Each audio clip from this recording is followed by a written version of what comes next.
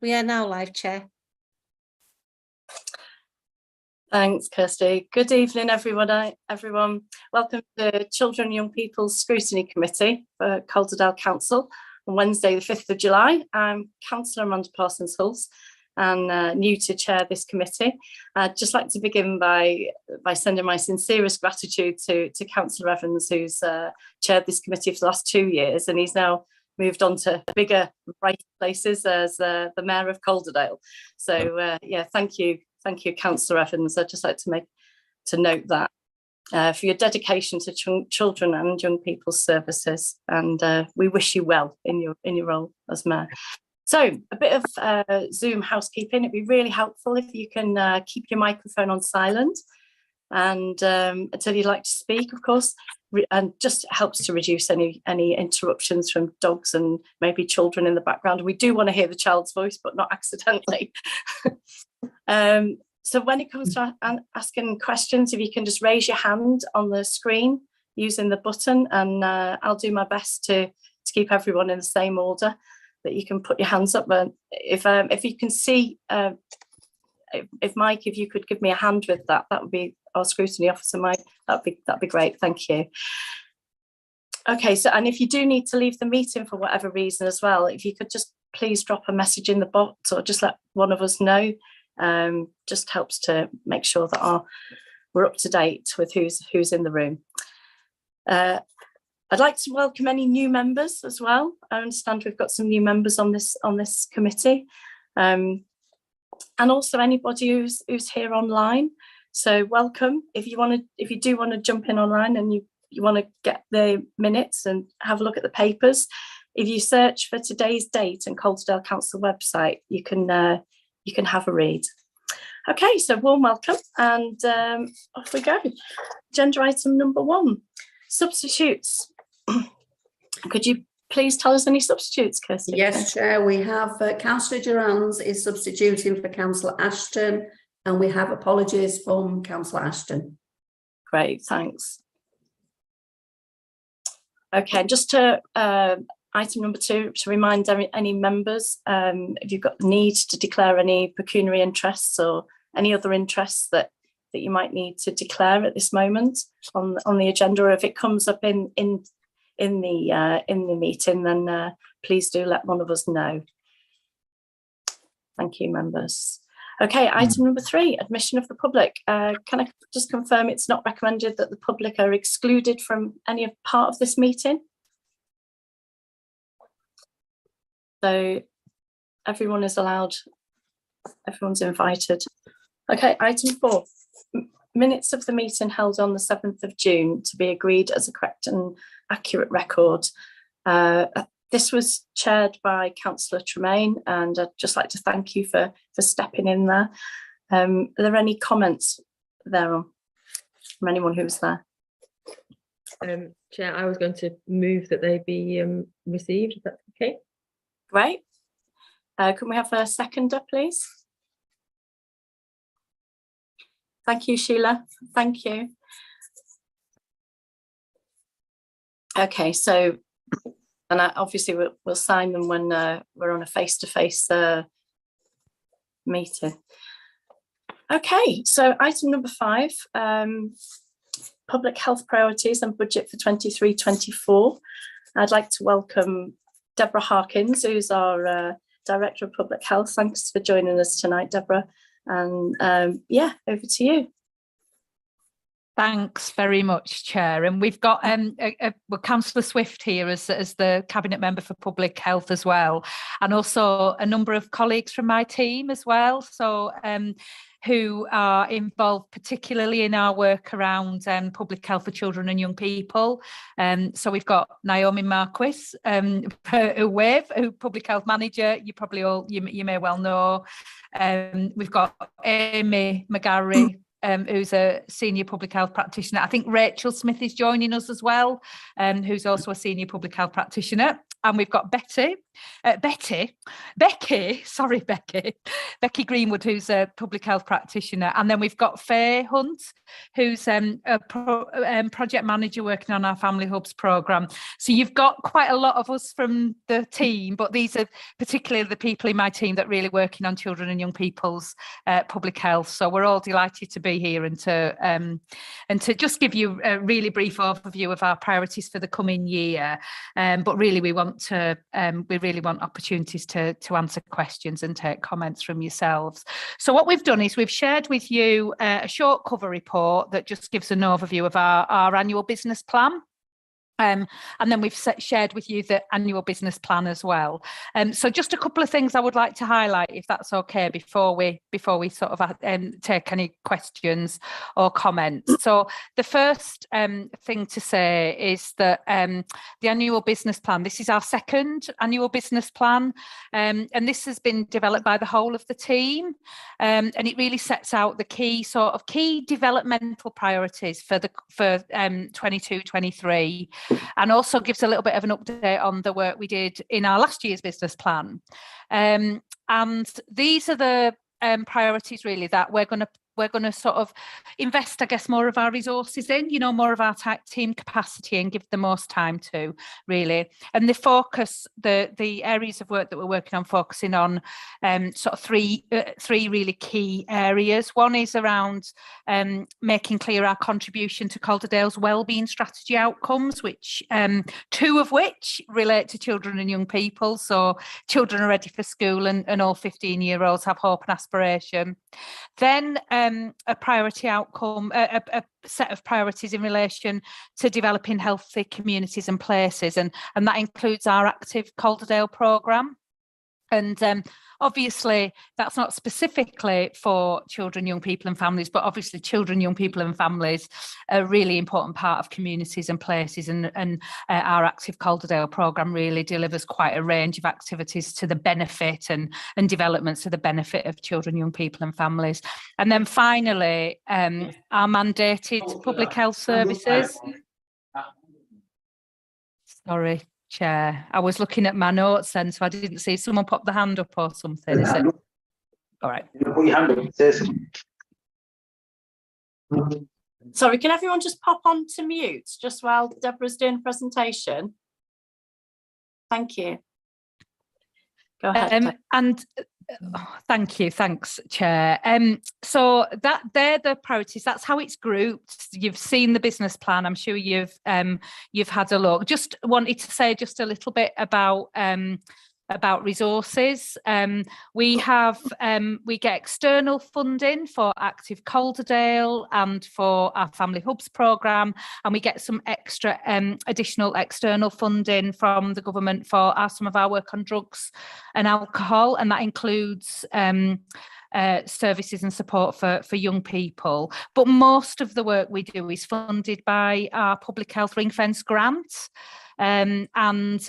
Which is ring fenced for that must be spent on things that will protect and improve the health and well-being of our residents. The grant for 23-24 for the year that we're in at the moment is just under £14.5 million. And in the business plan, we give a sort of a breakdown really of where that resource is spent. So I don't want to say really any more, Chair. Just give members the opportunity to ask any questions, make any comments, and I guess think about any areas that they would like to, as a board, you would like to know more about, you would like to scrutinise in any greater detail. That's great. Thank you, Debs.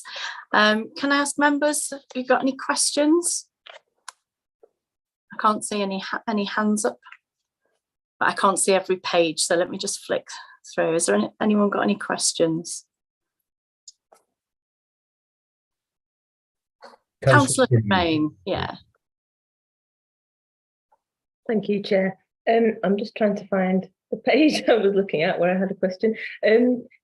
Yeah, I've probably got other questions, but there was just a clarification I wondered, Debs, if you could give us. So it's on page 16 of our pack, but it's under priority 1. and it just talks about the multidisciplinary team and the blurred boundaries approach, which I kind of think probably makes sense to me, but I wondered if you could explain it a little bit more. Thanks.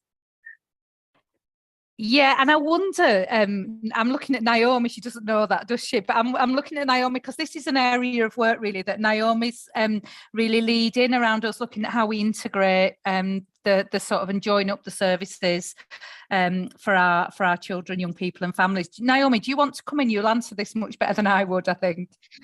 Absolutely, no problem. So the way that support for children and young people tends to work at the moment in Calderdale is that you will approach a service and be with a presenting need and be supported with that single need in isolation, particularly with health and wellbeing need. I think it works a little bit differently with social care need. But what we know to be true is that children and young people with one need will often have multiple needs, and quite often complex needs in chaotic home lives and so on and so forth. So the place that we're trying to get to, and this has really been informed by our partners in commission services who are doing that, working with children and young people day in and day out, and by our conversations with schools, is a place where children can be supported by a team of professionals, the right team of professionals wrapped around them to support with whatever those needs are. So to unpick what's going on, what the underlying causes of presenting need might be, and to treat all of those needs, support with all of those needs at once, and doing that in a joined up way. The blurred boundaries bit of that is lingo, I suppose, but it's the right person to support a young person might not be the person you'd expect. So it might be somebody who is the pastoral lead in a school, might be the trusted adult in that young person's life. So having that person front and centre and providing support, but that wraparound, as I said, bolstering that support in the background. So moving away from a place where we've got single services supporting with single issues to a place where we've got a wraparound support. Does that make sense? I think that makes sense to me. Yeah, so it's kind of involves a lot more collaboration, really. Absolutely. Yeah, that's great. Thank you. And it's a place that we're moving towards almost naturally post pandemic, but it's something that we really want to firm up with our partners in other organisations. I have to say, Naomi, it does sound very refreshing to hear this way of working, you know, that's more person-centred, more child-centred. So yeah, big thumbs up from me. Can I just ask, Councillor Swift, Tim, have you got anything you'd like to add to, because I'm aware that you're cabinet member, so do you want to add anything? Not at this point, no. Deb's covered the things I would have said about the broad context at the start, so now I'll pick up if there's anything I want to comment on. Okay, thanks ever so much. I think it was Councillor Durans next. Thank you, Chair. My comment was basically around the kind of shared interaction of services. So I think Naomi answered that. So thank you very much. Thank you. And Sheila Hurst. Hi, thank you. My question's around, again, so it's on page 17, around the delivering Calderdale suicide prevention, and sort of, you know, and we all know that sort of mental health and well-being isn't at its best post-COVID, and there are other, how shall I put it, other pressures on people at the moment.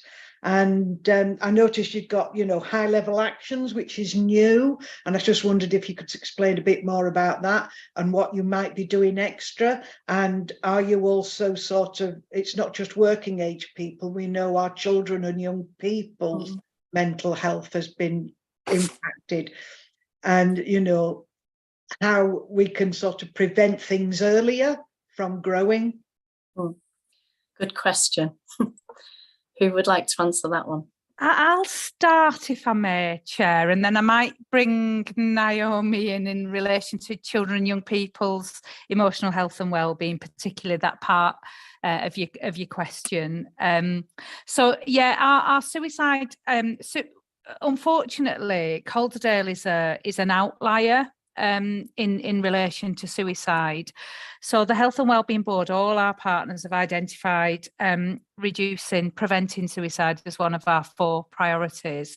And suicide obviously impacts everybody. So the whole family, the wider community. So it's absolutely devastating for a family. So it does impact on children and young people, even if the person that's taken their own life is an adult.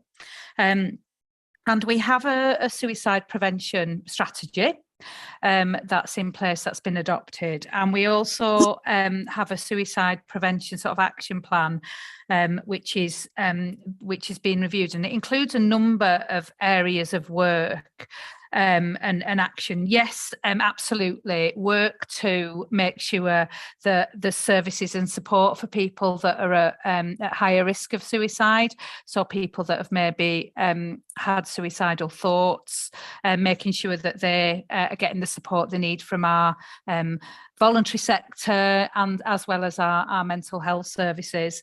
We've also got a strand of work that is about making it more difficult for people to take their own lives if they are thinking of taking their own lives.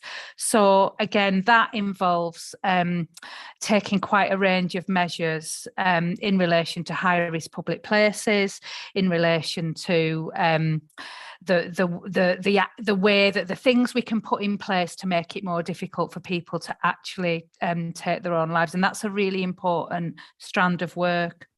We've also got linked to that a strand of work where we're developing a new service, a new set of interventions and a new pathway. And that's for people that we believe have attempted to take their own life or have presented with suicidal thoughts that we're aware of. Now, usually for us to be aware of people that have got suicidal thoughts but haven't taken their own lives, that will be usually in public places. So it's very much linked to the public places work. And what that involves is us really following up people to make sure that they get the support that they need, whatever that might be. So that's a really important new development. We're also very, very actively involved in the West Yorkshire Suicide Prevention Programme, and that includes a big communication campaign. So you may have seen messages about checking on your mates, talking to your friends, etc. So again, we're very much involved in promoting those messages. And there was one other thing that was on my list, in my mental list in my head, that I was gonna mention.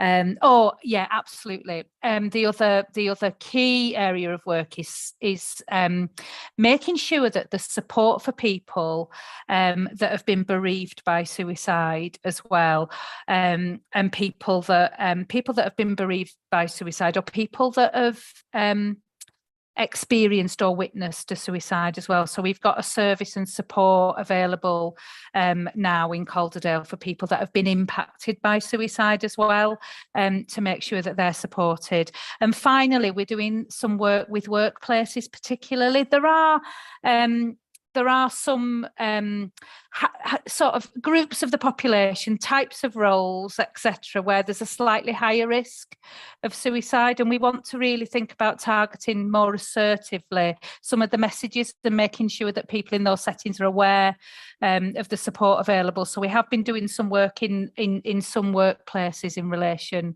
to that as well in the borough. So it's quite a comprehensive programme of work that we're doing. In relation to children and young people's emotional health and well-being, again, Naomi, I don't want to put you on the spot again, but I wondered if, because again, you're closer to the Open Minds work and the work that's happening around, because we do know, you're quite right, I think we do know from speaking to children and young people and practitioners that some mental health needs and emotional health and wellbeing needs have increased since the pandemic, and linked to the increased cost of living as well. So again, it might be worth Naomi just saying a little bit about some of the work that's going on there. Yeah, absolutely. I'm happy to. So starting from the prevention bit, we've got the recently launched Healthy Schools programme that I think board members will be aware of, which really promotes and supports a whole school approach to emotional wellbeing. It, as part of that award programme, it aims to create environments in schools where mental health is supported. So there's a line in this on page 17 here around delivering mental health awareness and resilience training for children and young people in schools. That links really closely with the Healthy Schools programme. We've just had our first primary school to be awarded gold award level for their work around emotional wellbeing. So that's really starting to take effect already. We're doing some work with our partners in Open Minds CAMS, and that's the integration piece that's also mentioned in our business plan. So working much more closely with our colleagues in Open Minds to ensure that when need arises, we can. So I'm just going to respond to the comment in the chat. It was Calder Primary, Councillor Veitch. Calder Primary were awarded gold for emotional wellbeing just last week at our school's conference. I've forgotten what I was saying. I was talking about the integration work with our colleagues in Open Minds and in the Calderdale Cares Partnership. So that's a big piece of work that aims to ensure that we're able to support early as a system when mental health need arises. So that's a big piece of work for us this year. There's also there are other bits. So the single point of contact that we're looking to develop with Open Minds partners and with the commissioners there will ensure that children and young people who are struggling with their mental health know where to go for support. So what we've heard from young people in Calderdale and from our schools is that it's not always clear where to go to access support. And that signposting routes aren't always to best effect. So again, it's one that we're working really closely with partners right across the system on to make sure that we've got those routes, those pathways right, and that single point of contact into the system, so that professionals can decide where the right place or places are to support a young person, rather than asking a young person themselves or schools to do that. And then just one last thing that I was going to mention is Deb's mentioned some work at West Yorkshire level. So the West Yorkshire ICB, our colleagues there, are producing at the moment a guide for schools to be used in the event of a suspected suicide, to support children and young people in school who've been bereaved by that. We're working with West Yorkshire colleagues on that, and with our safeguarding partners in the council and with our colleagues in schools, to make sure that guidance actually works for them, to provide that wraparound support for those who've been affected by suicide. Thank you for that, Naomi. And I think, yeah, it's a fantastic piece of work that you're doing. It's brilliant. One of the things that I've come across in my profession is very often, like, teachers will say, you know, I don't feel qualified to be able to support these children. And I think, you know, you pulled up that comment there on Action 9, I think it is, delivering mental health awareness and resilience training for children in schools. I'm aware that there are organisations like, let me think, there's One Education in Manchester, for example. They offer training. They also offer qualified therapists who are embedded into the schools. I'm just wondering, you know, I'm aware from obviously working in schools that our teachers obviously just feel like they're struggling with their own mental health sometimes and their own resilience. So all the pressures they're facing just doing their own job. So who's going to be delivering that awareness and that training for mental health resilience for our young people in schools? Is it qualified therapists? Shall I come in again? So we've got partners in Open Minds CAMS who are doing this at the moment, but what we're trying to get to is a place where it's coordinated and is targeted to where need is greatest. So some schools are already buying things in, or they've got somebody based in school who who is that person for them. Other schools don't know where to go for that support. So that's one of the things that we're trying to bolster, is making sure that we can get that support to the schools Brilliant. that need it when they need it. But it is already happening from Open Minds. Yeah, no, that's fantastic. I understand that Open Minds are doing some great work in there. There's an organisation called Place to Be as well. You've probably come across them already. And basically they're an organisation that can bed in therapists within the school setting. So it's like it's a front door for a child to go to. You know, they haven't got to go home and go, oh, I need to see somebody. It's like somebody's just already there. Just drop the name down and then they get invited to come in for a chat. And it's qualified therapists, obviously, disclose, you know, got DBS checks, all the usual stuff in place. Yeah, is there any more questions? So I think Councillor Durans, you think you were next? It's not a question, Chair. I just wanted to make a point that needs to be noted. I'm on the mental health in schools strategic board as a parent rep, so I just want that noted on the minutes, if that's okay. Thank you, Councillor Durans. Thank you. And Sheila, I think you were next. Sorry, I've already been. Right, okay. And is it who's next? I can't see everybody on my screen. Claire Whiteley. Claire Whiteley, you're next. Yeah, I don't normally speak, so I'm normally just supporting the youth council members.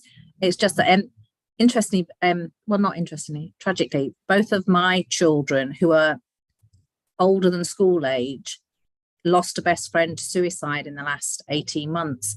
And I suppose the interesting thing is that my son particularly said that he didn't need to go to anybody. So I just wonder what the thoughts were around particularly young men who seem to want to manage their mental health the best, that some of the resource needs to be around reaching out to them.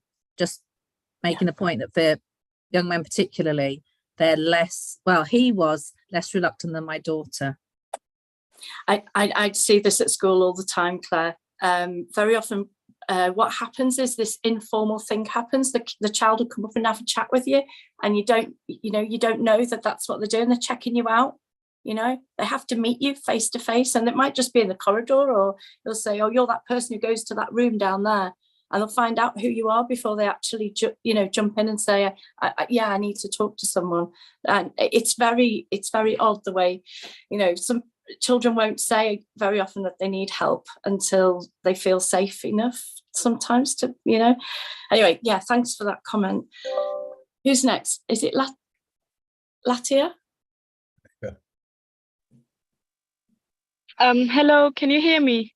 Yeah, welcome. Hi. Yeah, I'm Liber and I'm one of the youth council members. I just wanted to ask, so you've mentioned collaborating with a lot of different sectors and people with special expertise.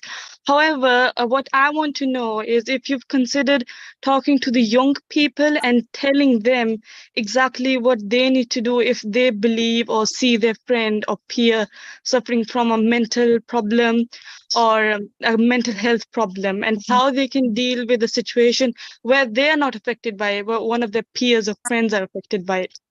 Yeah, it's a really, really good point. How we get that message out there is really important. And it sounds like Naomi's obviously given us quite a lot of information on how we get that message out there. Are we asking the young people, Naomi? I should imagine we are, but can you confirm that? So I should have said this and didn't, because it's almost implicit to me, and I should be explicit about it. But it's really important to us that whatever we're doing, we're co-designing it, doing it with the people on the receiving end of that, and that is quite often professionals, it's quite often schools, but it's absolutely children and young people as well. We've just done some fantastic insight work with the Developing Well board to understand hopes and aspirations for young people, and one of the things we'd like to do on the back of that work is really create those mechanisms so that we can talk to young people and really engage with young people to make sure that what we're doing works for them. And then I suppose it also links to what I'm saying about the single point of contact. If we've got somewhere that is the one place that we know that everybody can go to access support, that hopefully makes it much easier for young people to have conversations with their peers and say, there's this place where you can phone them, you can text them, whatever it is to get that support. Make that signposting and navigation much more easy for young people than I think it is at the moment. That's really helpful. Thank you, Naomi. And I think, yeah, we've got Councillor Tremaine. I think this will be the last question on this item. Sorry, yes, it was just a kind of throwing in a little bit of an extra question, really, which was kind of, so we've got the priorities. I'm just wondering which one or ones are likely to be the most challenging to meet, and kind of how are you going to how to achieve that, because they're not, you know, there may be extra challenges for some of them. If I may come in, Chair, I think what a brilliant question, Councillor Tremaine, really making me think. I think often, the ones, and I'm going to particularly focus on the children and young people elements of the business plan. But I do think some of those that are about joining things up and about transforming things and really doing things differently and changing the culture of the services and the way that and the support that's provided. I think they're the most challenging, the most to gain. They can deliver the greatest rewards, I think, but they can be hard to do, and you know, we can probably all think of examples, can't we, where it can be challenging, and I think we're in a really challenging context as well. So we're in a context where the cost of doing business is significantly higher than it used to be, but our resources haven't increased to that level at all. So the resources we're stretched, I guess, in terms of the resources we've got, and that applies not just to the public health team, but to all of our partners as well that we're working with. But the other thing I would say is that in a lot of this work that's about joining things up to improve outcomes, the voluntary and community sector are absolutely pivotal. They're out there doing things with children and families every day and enabling children and families to stay well and healthy. And I know at the Health and Wellbeing Board recently there was a report on just a review that the Chief Officer Julie Robinson from Voluntary and Community had done about the sort of the sustainability of the voluntary and community sector in Calderdale and some of the challenges around the resilience of the sector, and things like evidence that following the pandemic and then the cost of living, increased cost of living, fewer people are volunteering, for example, in quite a range of communities and quite a range of projects. So I think the context within which we're operating is really challenging. I think the easier things to do are the ones we're in direct control of, and they're quite simple and linear. And I think the more challenging ones to do are those that are about doing things differently, transforming, doing the integration that Naomi was talking about. I think there's nobody that doesn't agree that's what we need to do in all of the conversations we're having. But I would say it's a challenge. The context is really challenging. Thank you, Debs. Yeah, it certainly is. A teacher once said to me, if we do what we've always done, then we'll get what we've always got. And I just think there's something in this that you guys are really pushing those boundaries, and you're exploring different things. So thank you for taking that risk, because it does involve a bit of risk, doesn't it? But if we don't try new things, then we're never going to know. So brilliant. Okay, let's move on now to item number 6. Update on the development of the family hubs. Now, this is such an exciting piece of work. I didn't even know it was going on. So brilliant.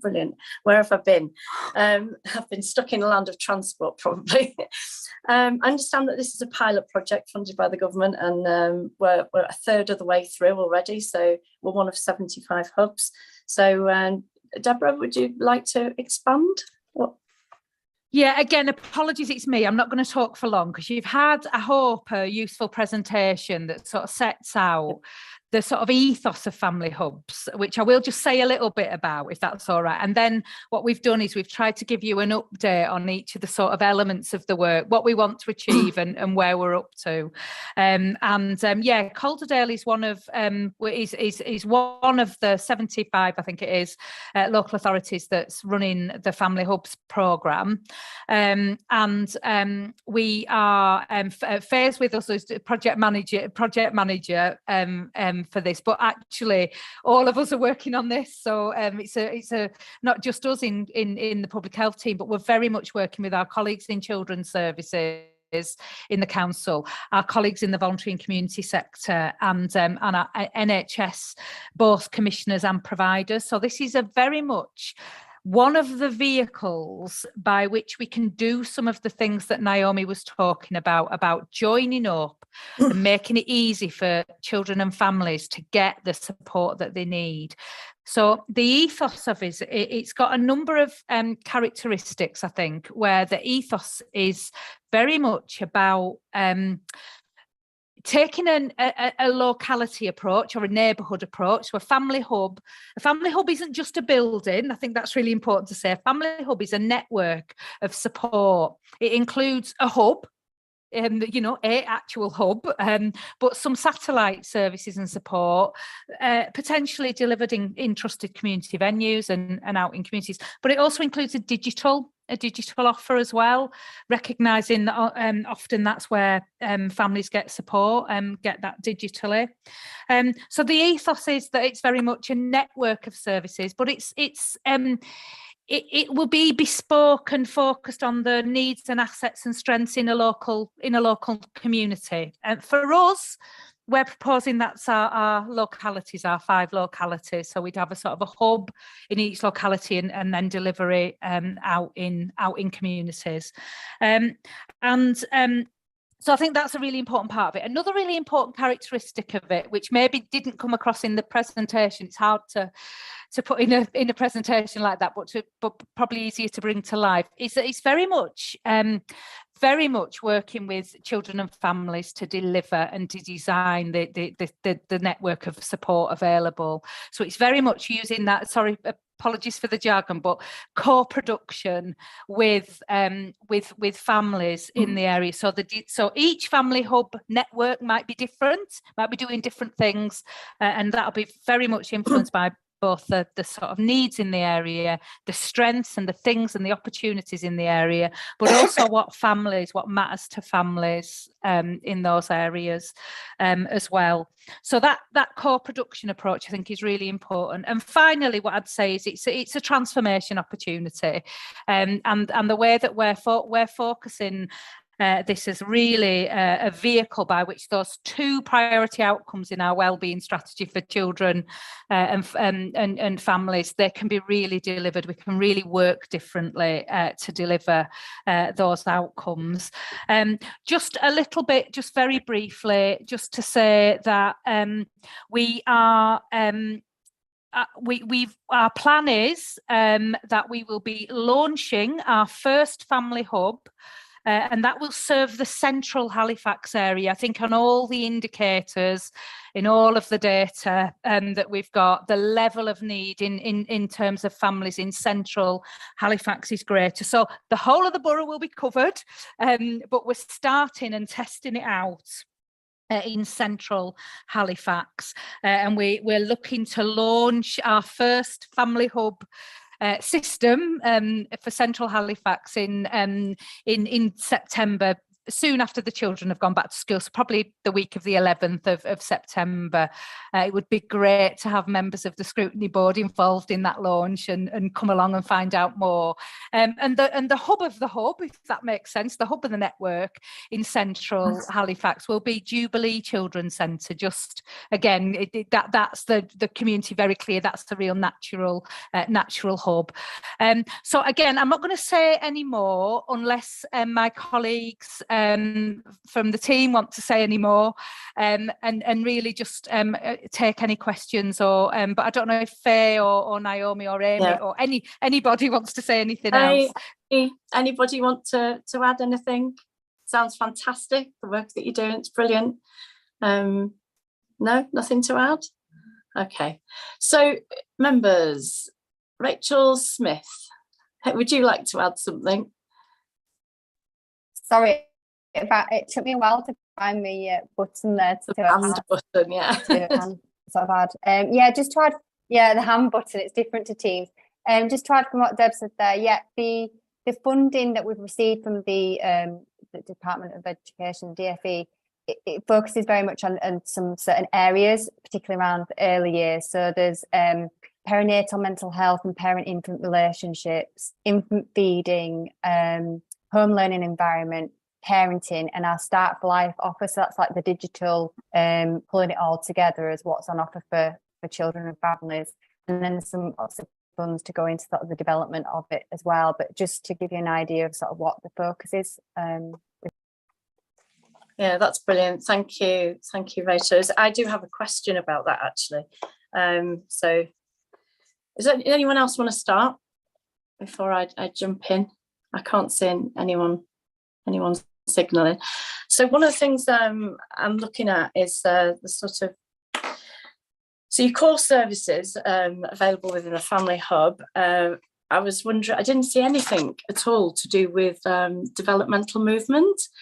So these are movements that children need to do between 0 and 5 to create neural pathways, basically, that set up the brain to be able to do things like emotional regulation and to avoid things like dyslexia and develop concentration skills and stuff like that.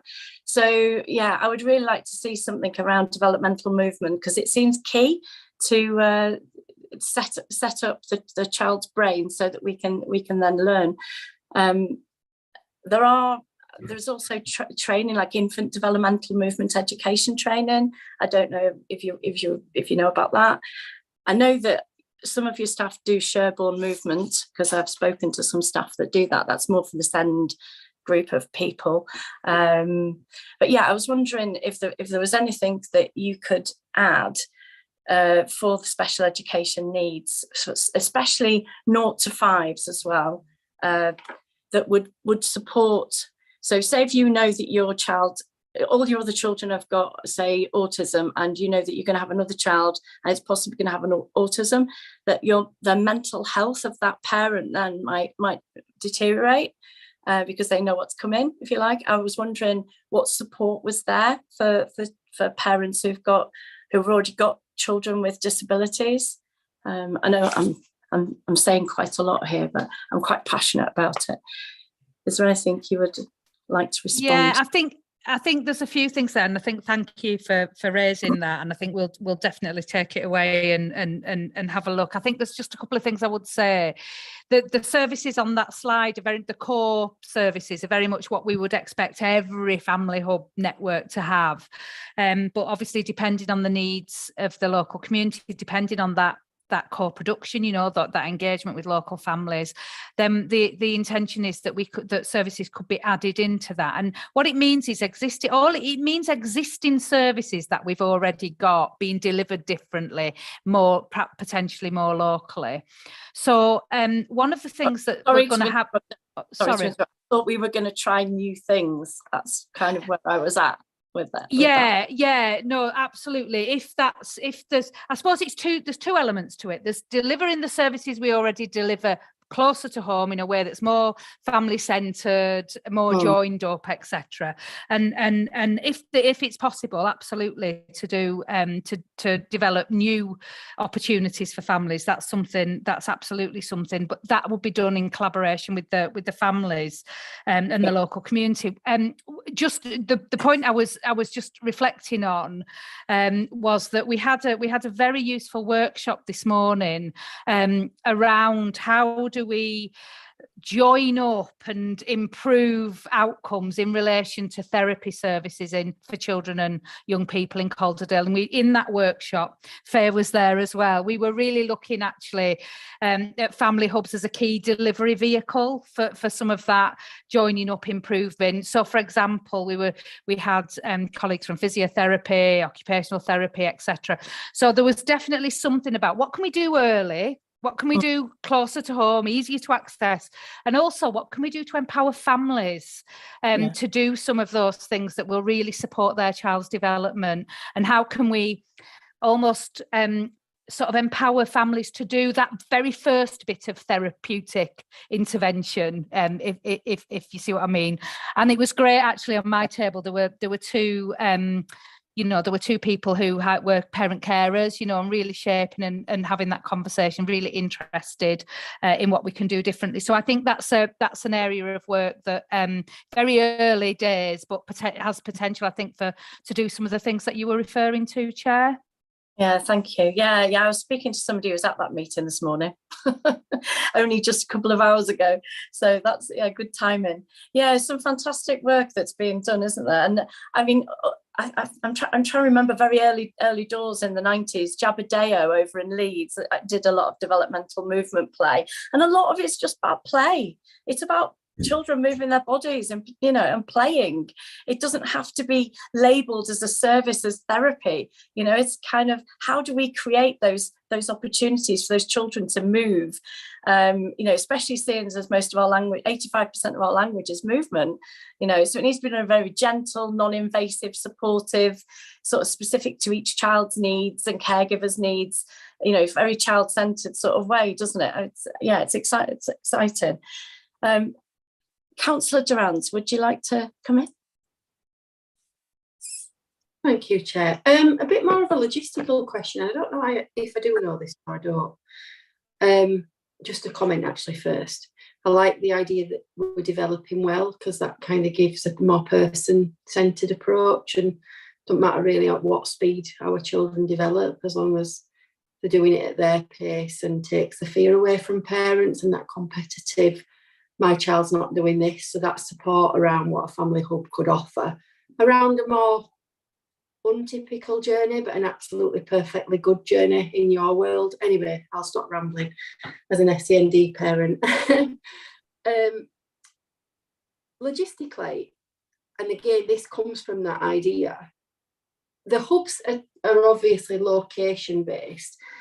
What would happen if, for instance, there was a comment recently that said a woman was looking for a specific intervention young babies group, but not necessarily where she lives, but where she works? Is there a flexibility of approach and a drop-in approach, so that we're not expecting parents to kind of drop a child off in one location at school and then go back to meet the other kids' needs? And I don't know why I don't know that, because I've kind of been focused on the location and needs delivery, but it just come to mind.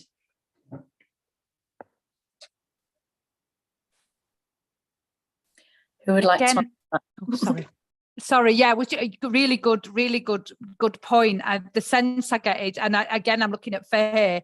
I'm not sure that's even something we've thought of, to be honest. So really helpful comment. But the sense I get is that the intention is this is universal. So you go where works for you. It's not based on postcode and where you live. Rachel and Faye are nodding, so I think I'm right in saying that. These are the family hub is a universal service that you can go to anywhere, absolutely, and it needs to fit around the family, doesn't it? That's really important.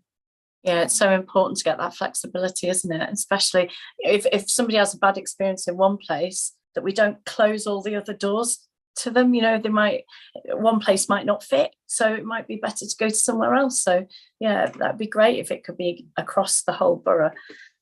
Councillor Tremaine. Hi, thanks, Chair. Sort of leading on a little bit, I suppose, from what Councillor Durand said, but perhaps the other way around, that obviously we've got some very sort of obvious kind of centres that are likely to be family hubs and things, and we've also got lots of wards which are quite big and quite spread out, and perhaps the pockets with the kind of highest levels of deprivation and need are the ones which don't have always very obvious places which are already kind of set up as hubs. So are we going to be kind of actively looking for new spaces and flexible types of provision for those spaces where it kind of, you know, I'm just thinking of parts of my ward where the greatest need is, where there isn't that much that is kind of a council owned site or a premises which we're already using, but we're going to be actively able to go out and reach out to those places. Again, I think it's a really good point and a really important point. I think what we want to do is really learn from that central Halifax. So we're going to be setting up a community practice, and as part of that community practice, bringing the practitioners and families together to work out what we learn very quickly in the first few months of that development. What does that mean for what a family hub building should be like? What does it mean for managing a building? How do the spokes work as well? What really matters? Do they need to be really trusted venues? You know, what are the characteristics of a building and a venue, and for both a hub and a satellite, and you know, and what communities do themselves to contribute to achieving the outcome. So we're really intended to learn from that sort of that first central family hub process, I think, and use the assets that there are in communities. So it doesn't need to be a council building or a council facility or a council service. What matters is are these places that communities go? Are these places that communities trust? And that's the most important element, really, of this. I would like to make a point, though, on the other point you made, which I think is really, really important. And it's that principle of all of the borough being covered by family hubs, and the intensity by which those services are delivered, the location of the hub, etc., being reflective of local need. So, for example, if we're in a relatively affluent area, but there's a pocket of deprivation, starting in that, really thinking about how do we ensure that community, that population can access, can reach, you know, are involved and trust and participating in all these opportunities. And I think that's really important. And I'm going to use a little bit of jargon, but Michael Marmot calls it proportionate universalism. It's saying it's a universal service, but we'll deliver it with an intensity at which it reflects local need in different communities in different parts of the borough. And we're really keen, aren't we, my team colleagues, to use that sort of principle really in terms of thinking about family hubs. Thanks for that, Deb. I think, yeah, thank you, Councillor Durans. It's really important to make sure that we have it in the trusted places. As you've said, you know, people need to actually trust those buildings, trust the people who go to those buildings. And one of the questions that we were thinking about was about children's centres. Obviously, people have relationships to children's centres already, you know, and obviously that's, you know, it would appear it's an appropriate place. However, if we're looking at, say, our young people aged 18 to 25 who've got special education needs, children's centres might not cut it. So, you know, might we sort of invite them maybe to go to places like the Orange Box or somewhere a bit more on trend with them, so it's a bit more age appropriate? Is that something that you're thinking of? Nodding, I'm nodding enthusiastically, Chair. Yes, absolutely. That we've absolutely had that conversation. Brilliant. Yeah. I thought you would have.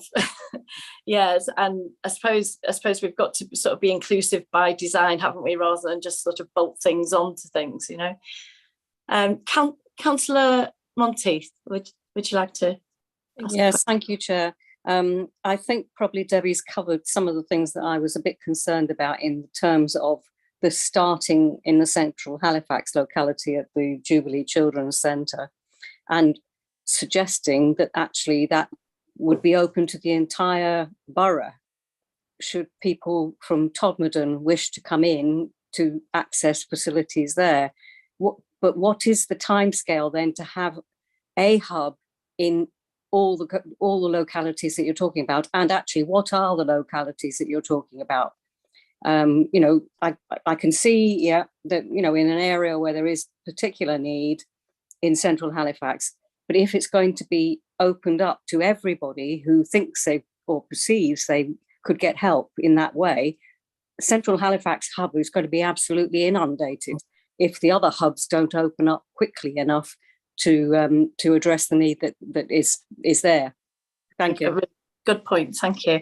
Deborah, five localities off the top of your head. Yeah, absolutely, yeah. And the localities, the 5 localities that we're working towards, and there's not hard lines around these, but broadly are Central Halifax, North Halifax, the Lower Valley, the Upper Valley, and the sort of what our NHS partners call sort of Calder Ryburn sort of locality. So the sort of Ryburn Valley, Sowerby Bridge, sort of part of the borough. So we're tending to use those 5. We as a council have 4 localities, but the 5 localities are slightly smaller and slightly based on probably more collections of communities, if you see what I mean. So that's the broad, Councillor Monteith, the broad sort of geography of those 5 localities. In terms of the timescale, you're absolutely right.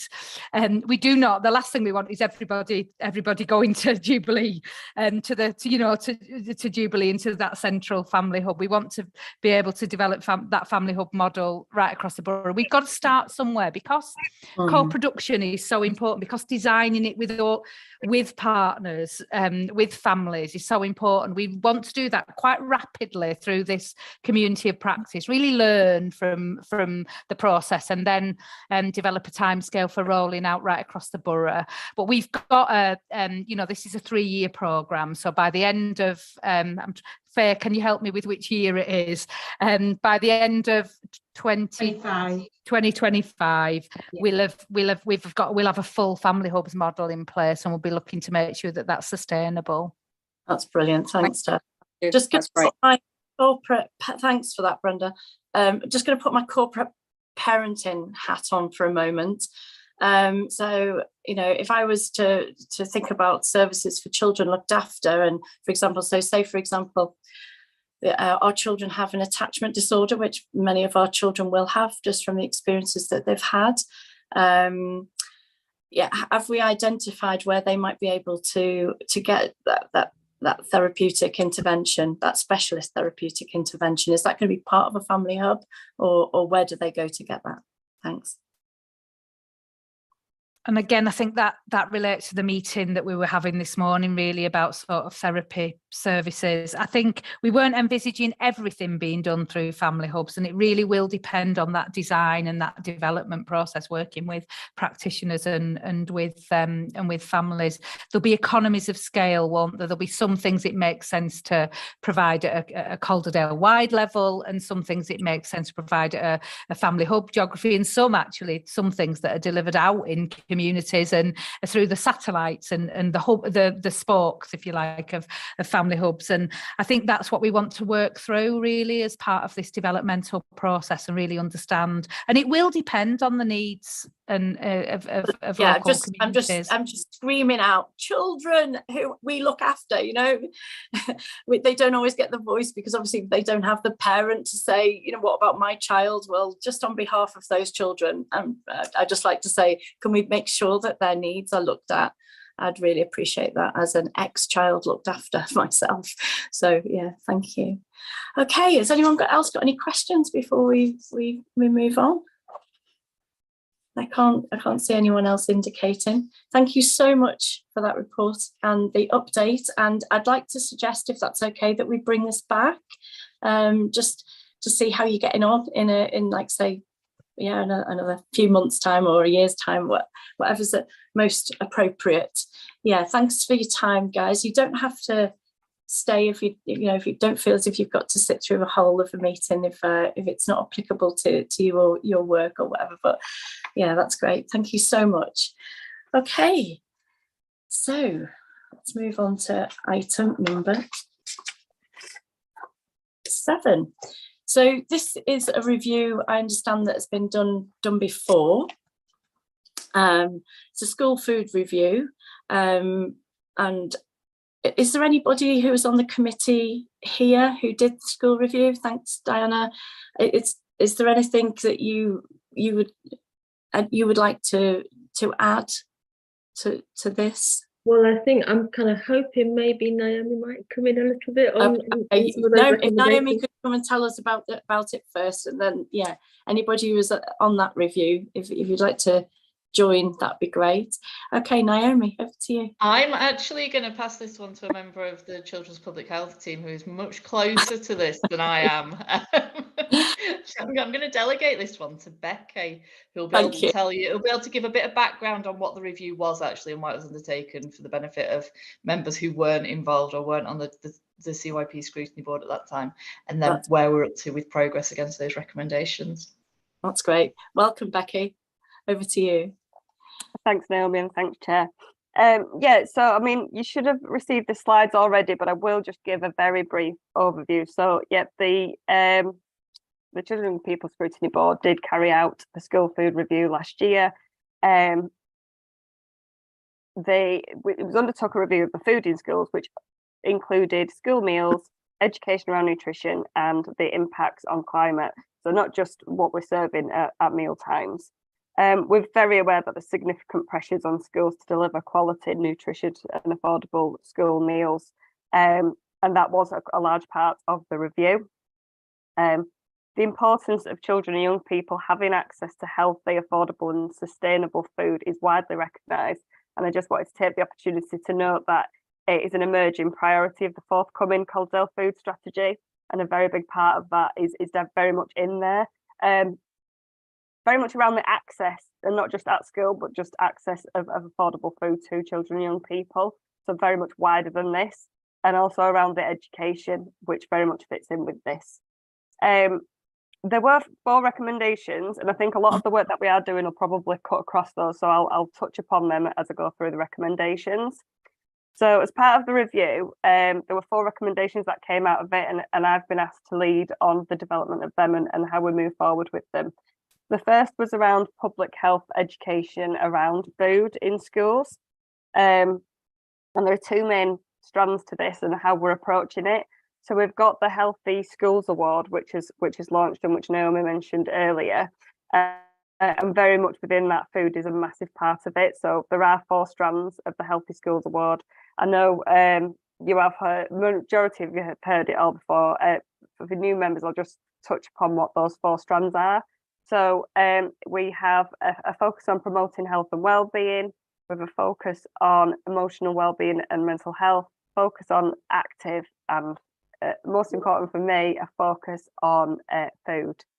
So very much on there. So it's really, the Healthy Schools Award is very much about helping us see the amazing work that's already been done in schools and helping celebrate the achievements and share those achievements across the schools. But what it also is, it highlights the areas that schools are struggling and areas that we can support on that. And very much as part of the working group in the schools that have been involved so far, what has been highlighted is that the area that will struggle the most is the food aspect. We have some fantastic schools and a school that is very close to receiving gold for food. It's actually the other areas that we're working on to ensure that they can get that, but there's some fantastic stuff happening. The other part of that is the development of a health promotion offer to schools. So it's kind of a review of our current offer and the services that we are providing and having that kind of more joined up approach. But we are looking at what the health promotion specific offer is and making sure that that will be co-designed with providers and schools and ensuring that the voice of young people is heard within that. I'll just go through the other 3 before I open to questions. The second is collaborations. This was around reintroducing or re-establishing a school cooks network, which was around a few years ago, but sadly isn't running at the moment. We want to re-establish that, but not just including the cooks, but also schools where they don't have cooks within schools and where they do procurement outside. It will include those as well, so whether it's business managers, whoever within the school that has that kind of role to procure the food, they would too be involved in that network. Other areas of collaboration are our already established schools health and wellbeing network, which is where so we have a primary and a secondary one of that. So for each of those, anybody within the school that has a health and wellbeing need is welcome on that network. Following the development of the Healthy Schools, that now takes an approach. I hope you can still hear me because it's just come up that my connection's unstable, so I hope I'm not jittering about. We can still hear but you. yeah, so within that, oh god, yeah, maybe prefer not to. But yeah, so within that, we're kind of following that kind of 4 model. So we're going to alternate the session, so there will be a meeting which is focused on food and ensuring that the right people are kind of at that meeting. The next development of the healthy schools is our ambassador model, and the ambassador model is where schools that have already achieved gold in a particular area can support another school to achieve that. So for example, the schools that are doing fantastic around food can help other schools on how they can improve that. And as I've already mentioned, the Calderdale food strategy will help us work more joined up to achieve this as well.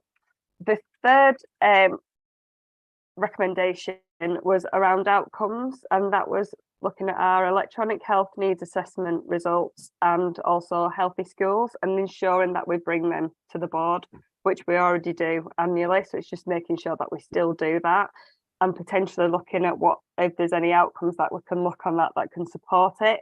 So kind of the short-term outcomes would be looking at which schools have achieved the Healthy Schools Award status, and in particular around the food aspect. Long term, we can start to look at the electronic health needs assessment outcomes, but we do need to appreciate that things can take time, so they won't always be shown. So if we were to look at these measures now and add them in now for next year, it'll give a false impression on what we're achieving, really, I'd say, because we don't see these outcomes straight away. The fourth and final is intergenerational work. So looking at where schools can link up with whether it's care homes or allotments and other pieces. Apparently there's been previous work done, and the ask was to kind of look at that. So the biggest part that I've been doing at the moment is trying to map what's already happening and try and build on that, and also try and work with our Ageing Well and members within the public health team on how we can drive this forward. What I would say, this is probably the least developed out of the 4 recommendations. So I would really welcome members' thoughts on this and what you actually wanted out of the review and how we can actually move forward with that to make this happen. That's brilliant, Becky. Thank you so much. That's about it from me in terms of the update. Open to questions.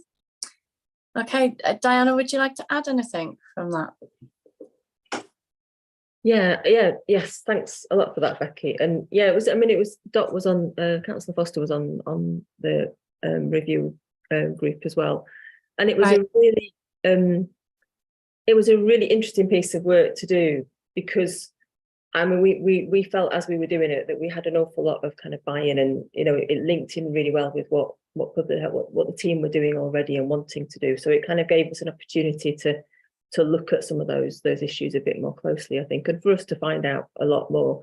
And going into some of the school settings in particular was really valuable in terms of seeing some of the really positive work, but also some of the challenges that schools were facing. And I think like the healthy schools kind of framework and all those kind of aspects should help schools, hopefully. And I suppose some of the challenges are around making sure that now that next step of developing those more, the collaboration, it's kind of like we've said on all the other items too, really. It's all that collaboration when people are hard pushed for time and space and kind of space to network and make those links is really difficult, isn't it? And I think the intergenerational bit that came up through some of the conversations that we had.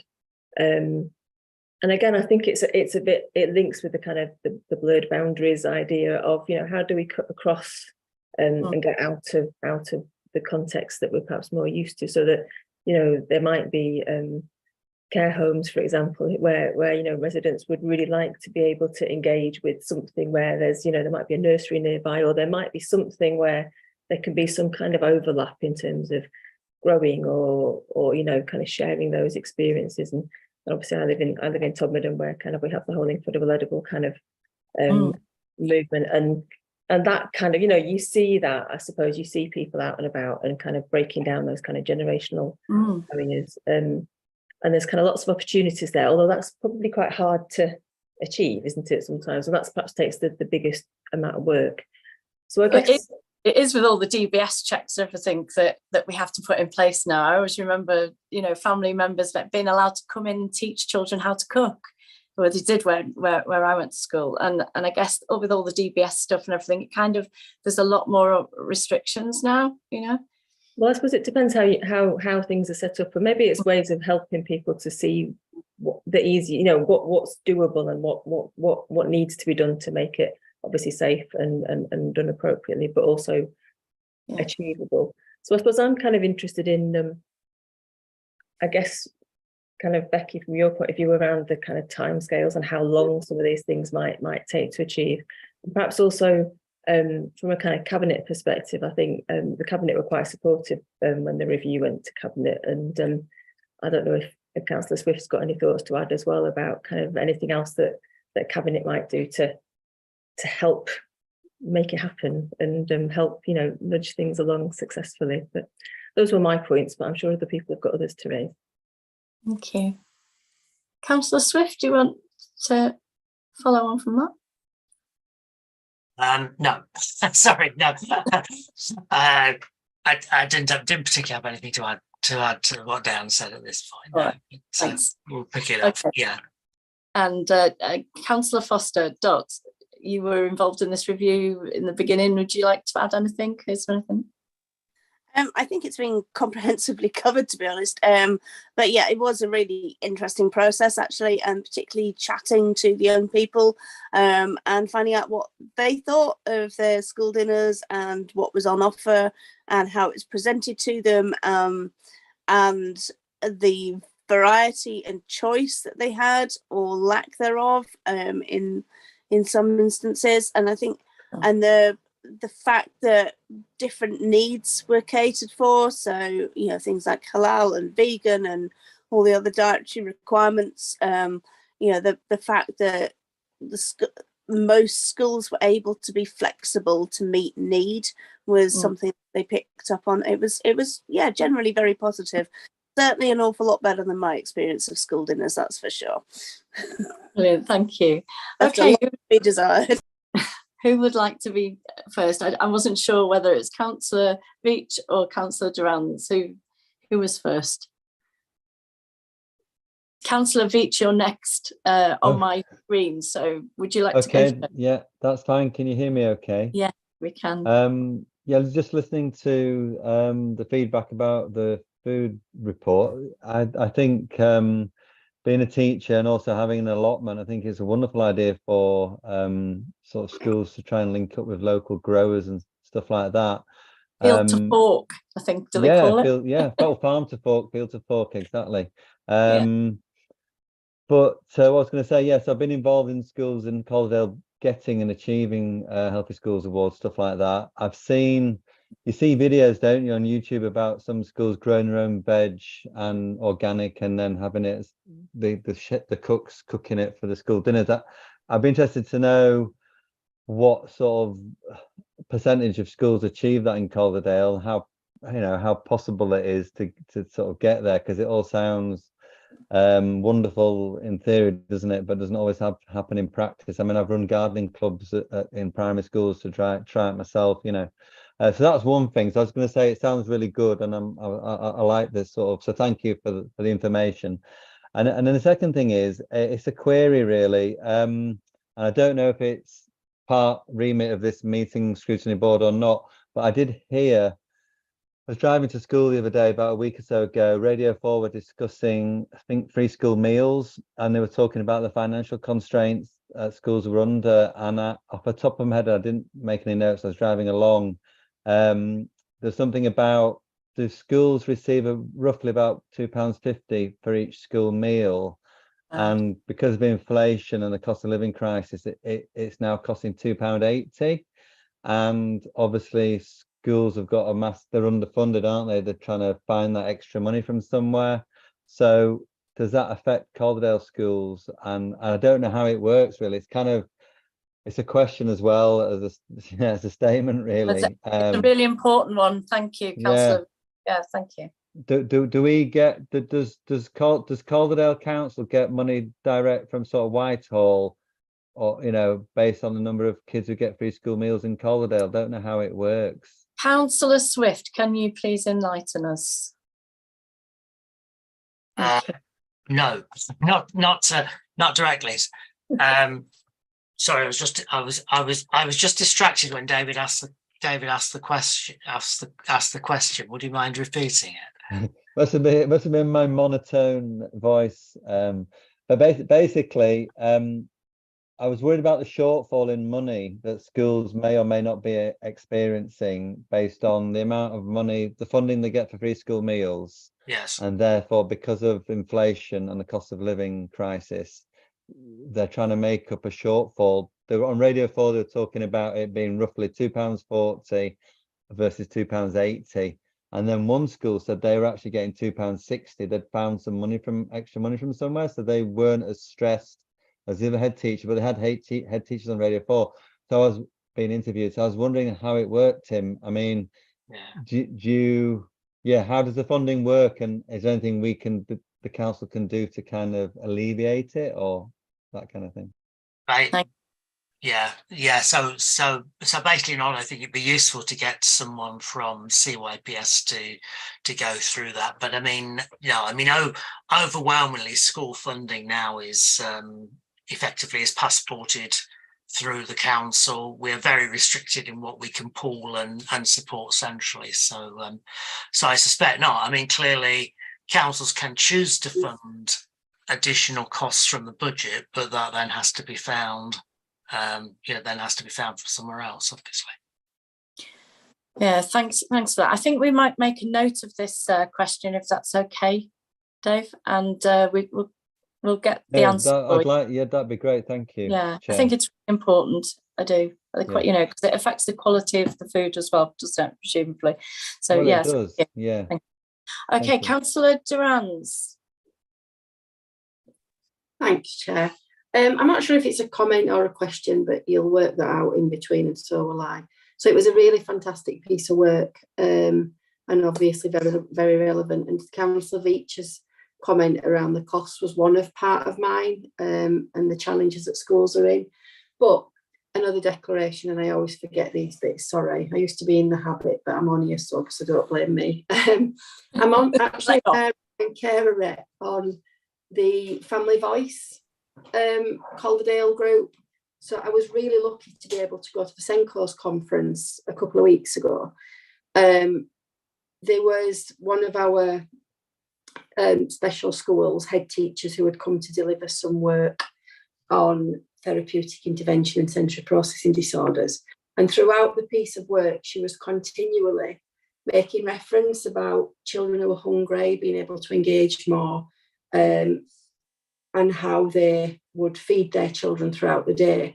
And my previous role was a pastoral manager in a primary school, and often when children were struggling, I was really lucky that we could do the same.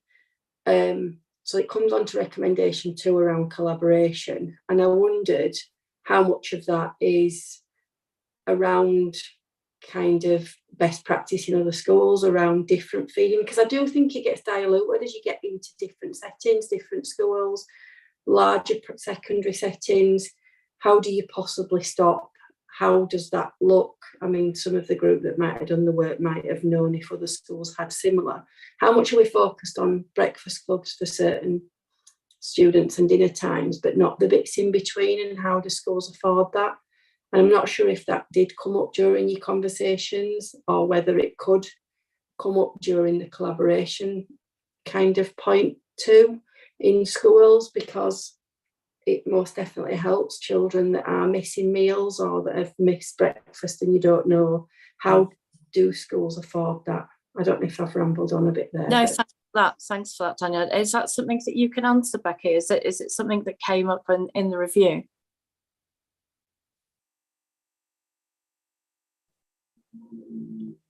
We currently can't hear you. I think you might be on mute.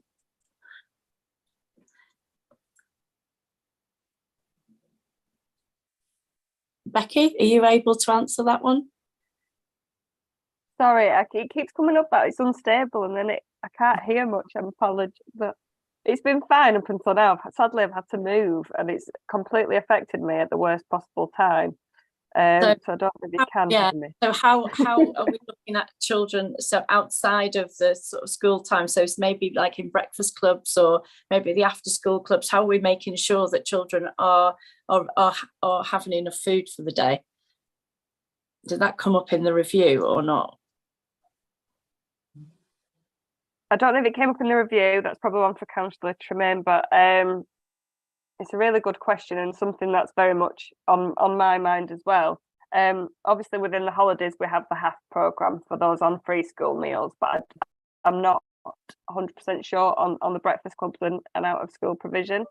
I don't know if anybody else can answer that one.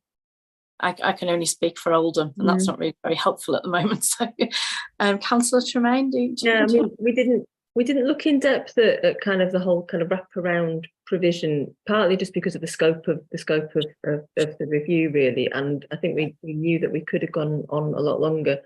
And obviously, when we undertook this kind of over a year ago, it was obviously kind of before the full kind of scale of cost of living kind of impact had kind of hit schools, although the increases were already kind of, being raised when we went into schools, Dave, certainly, and just that impact on, what schools were able to produce with their budget, to try and keep within those budgets. So that challenge, now is going to be huge more.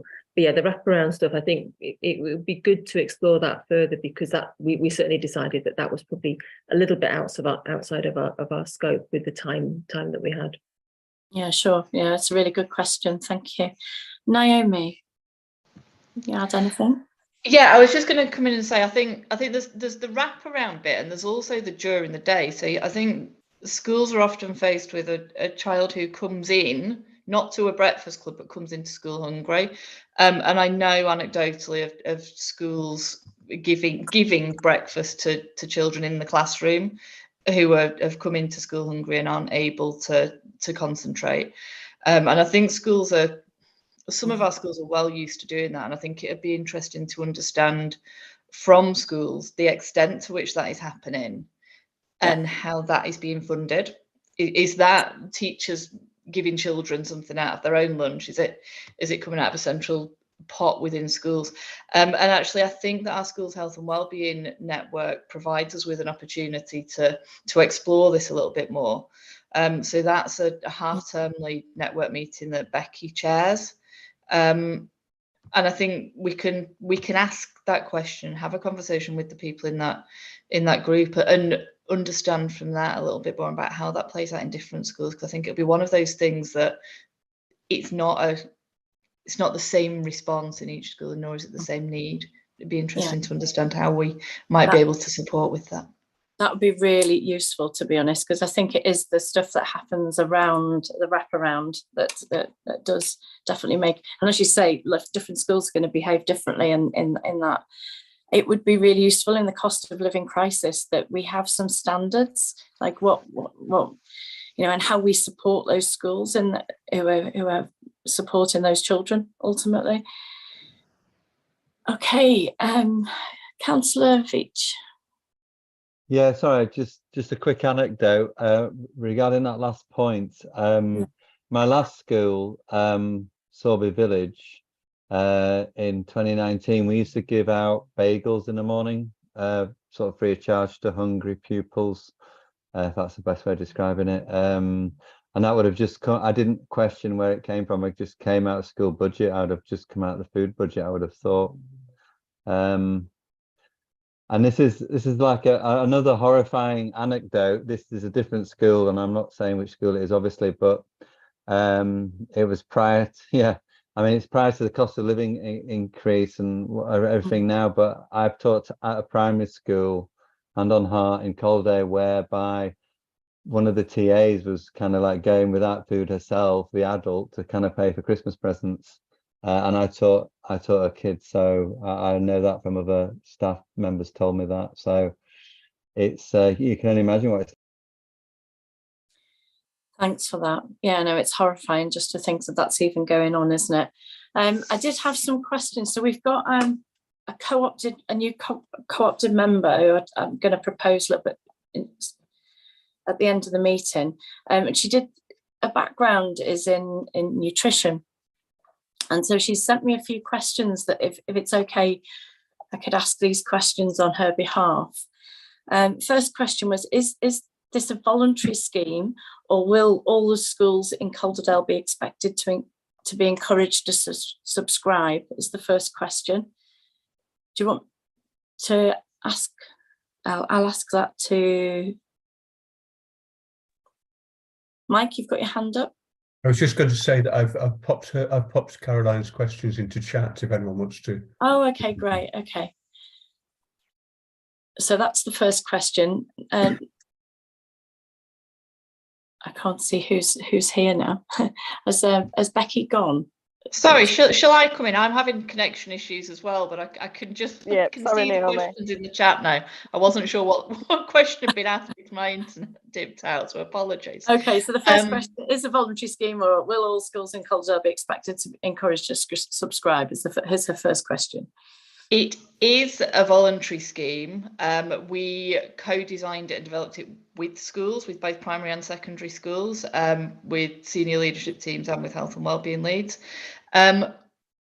Schools will encourage each other to get involved. I think our schools are quite competitive with things like this, and as soon as you get one school doing something, the others want in, and we're seeing that already. So yes, we'll be encouraging our schools to do it, but I think our schools understand the importance of supporting pupils' health and wellbeing. So I don't think it's a difficult sell. How many schools have currently subscribed to the scheme is the next question. Becky's closer to this than I am, but I know that we've awarded 6 schools to date, and following our health and wellbeing conference for schools last week, we've been inundated with interest from other schools that are looking at going through the self-audit process. I've spoken to a couple of head teachers who'll be doing the self-audit over the summer. Brilliant. And her third question is, it's been mentioned that some schools are completing a self-assessment and others are waiting for validation. Could you please give us a rough number of those? That's definitely more detail than I'm close to. Is Becky still on the call? She is, but I think she's having connection. I'm having massive connection issues. I'll if you can hear me. Yeah, we can. Yeah. Not much more to update than Naomi, really, because we're still trying to piece it together. So the reason that the numbers are small is because the ones that have been awarded so far are the ones that were on the working group, who were our pilot schools. So all those that were on have been awarded, and it's now being open to other schools. I've had another assessment sent through today, so we're close to awarding another. And pretty much every school that attended the conference last week has asked for information on healthy schools. So it's going to get very busy. Okay, that's encouraging.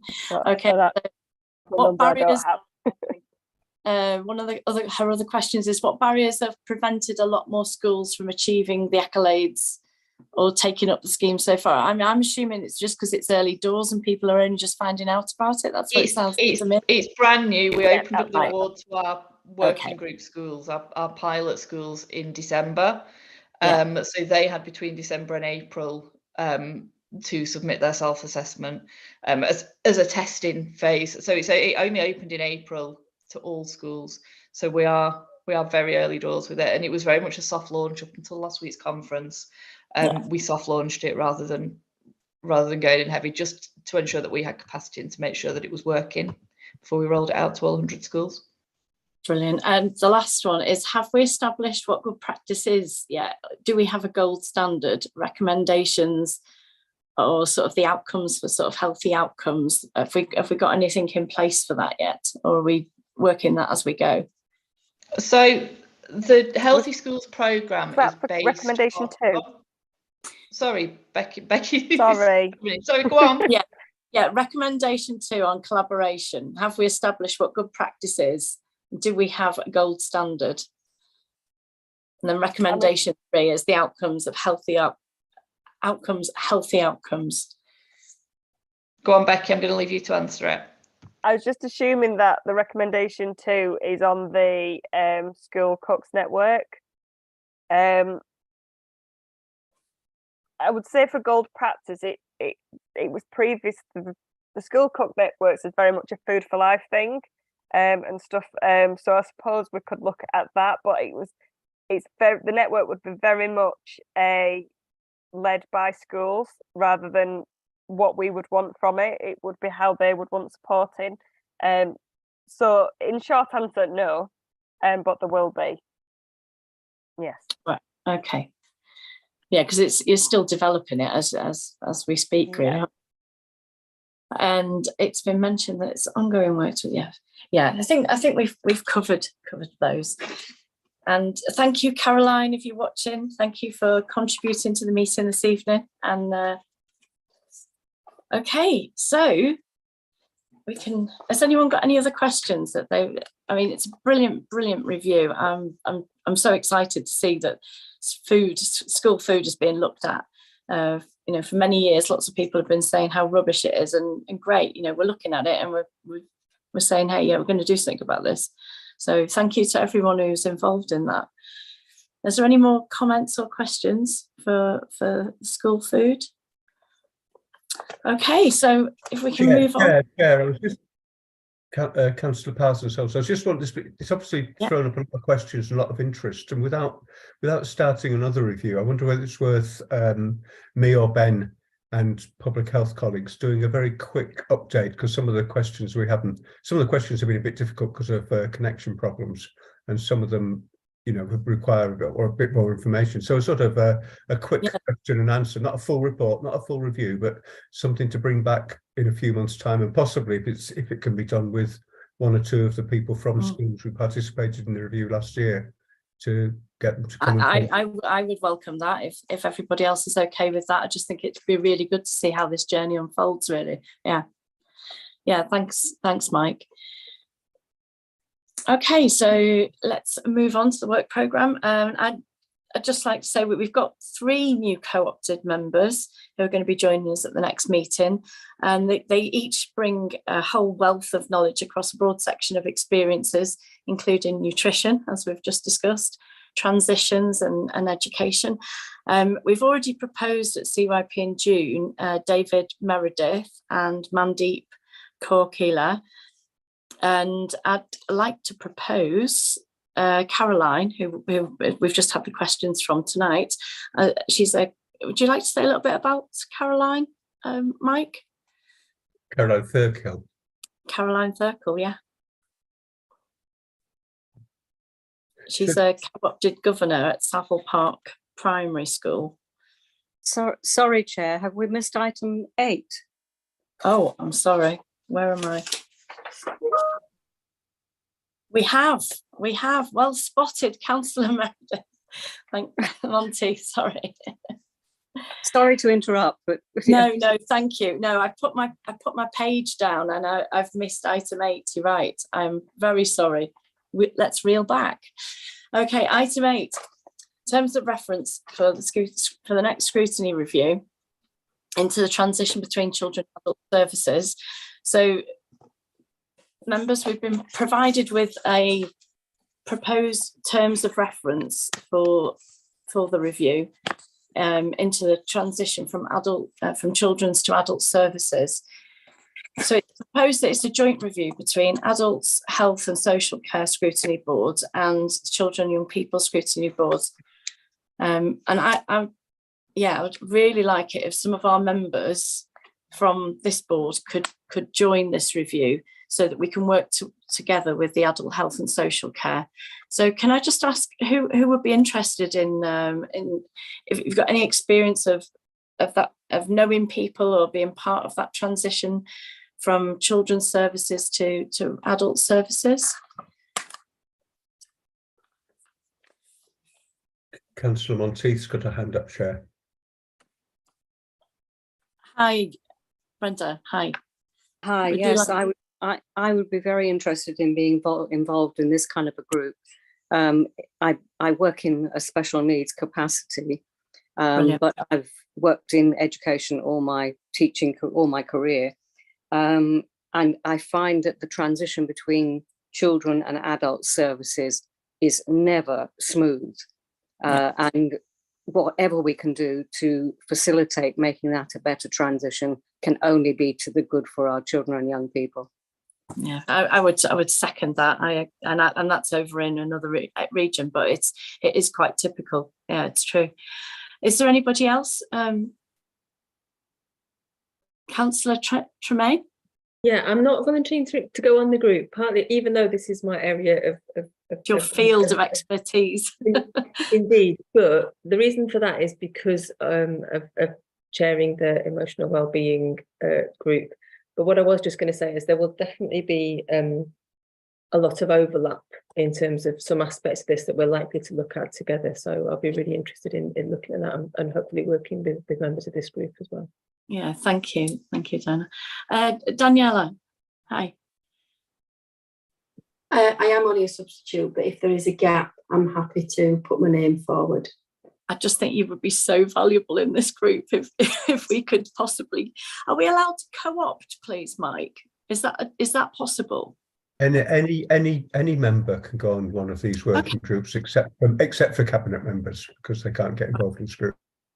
We would really appreciate your input, Councillor Durans, because you do have a lot of experience, and yeah, I would really appreciate it. I have 2 children that are in that process at the moment, so I mean, if that's not a contradiction of, again, I'm happy to do it. Yeah, no, I personally, I would really like your voice in the room if we can add you to the list. I'm also aware that Councillor Carr from my group has expressed an interest in being part of this review, if that's possible, Mike. If you can make a note of her. She works with children who are in this transition as well, and she's familiar with that. Is there anybody else? Anybody else who's got experience? Dot, have you got any experience of this? Or not specifically, but I have got an adult child who has is awaiting a diagnosis at the moment. Goodness only knows how long it will be until she gets it, but so there's certainly, I do certainly have some experience, but not as much as other members. But yes, I'd be very willing to be involved. Okay, thanks, Dot. Yeah, again, just having people who have got direct experience of the services as well, just that I think it'd be so valuable in that conversation. And yeah, I agree, Brenda, totally. We definitely need adult health and social care members to join as well. And that's the plan, is that we will work in collaboration. We'll be working together on this review. So yeah. And as Diana said, Councillor Rivron is going to chair it as well. So okay, well, if you do have a feeling that you'd like to come and join, and yeah, you just want to have a think about it first, then do let Mike know. There will be space. Thank you, Naomi, for everything. Okay. And thank you, Councillor Monteith, for making me realise that I've missed a section there. Apologies, members, apologies. Right, okay, let's move on to the work programme. So, yeah, we've co-opted members. I think we were up to proposing Caroline Thurkle. So Caroline's a co-opted governor at Savile Park Primary, and she's got a son who's just finishing year 6, so he's just about to go into transition into secondary school.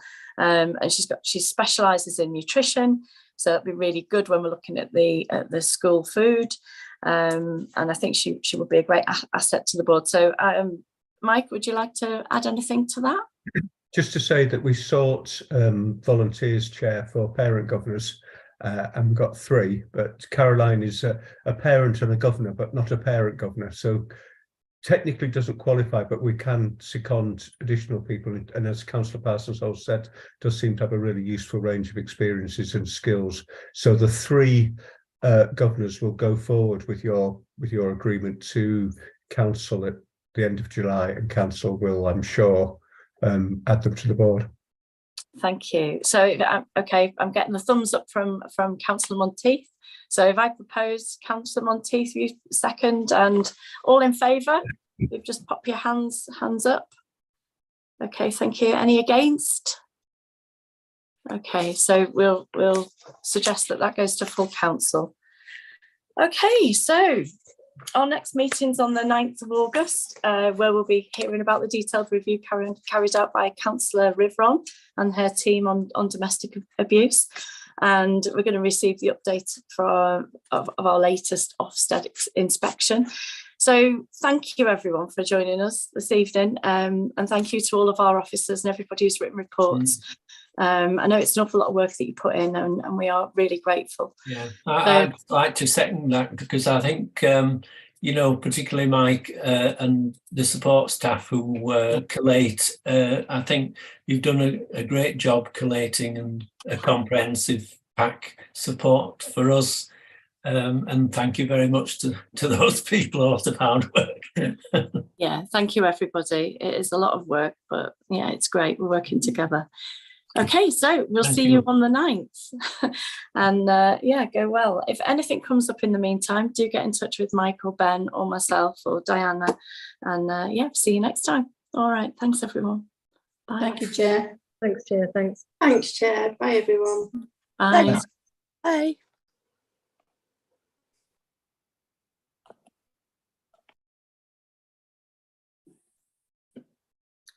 All good, I think. That went well. Yeah. Yeah. Woo. Yeah. Missed a bit. Yeah, missed a bit. I can't believe I missed a bit. No, that's it. In a sense, the issue flowed on about the cooperatives anyway, and I think one lesson probably for Ben, and it's probably a lesson for me, is that possibly in future we'll put cooperatives on as a separate item, so it's on the agenda. Yeah, and I'm used to doing it at the front with Masters Arising, but I definitely agree with you. If you put Masters Arising, that's it. Your meeting's gone, isn't it? You know. Yeah. So yeah. Anyway, sorry, Chair, we're still live on this, so we need to end this. If I press end, it'll put you both off. Turn us off.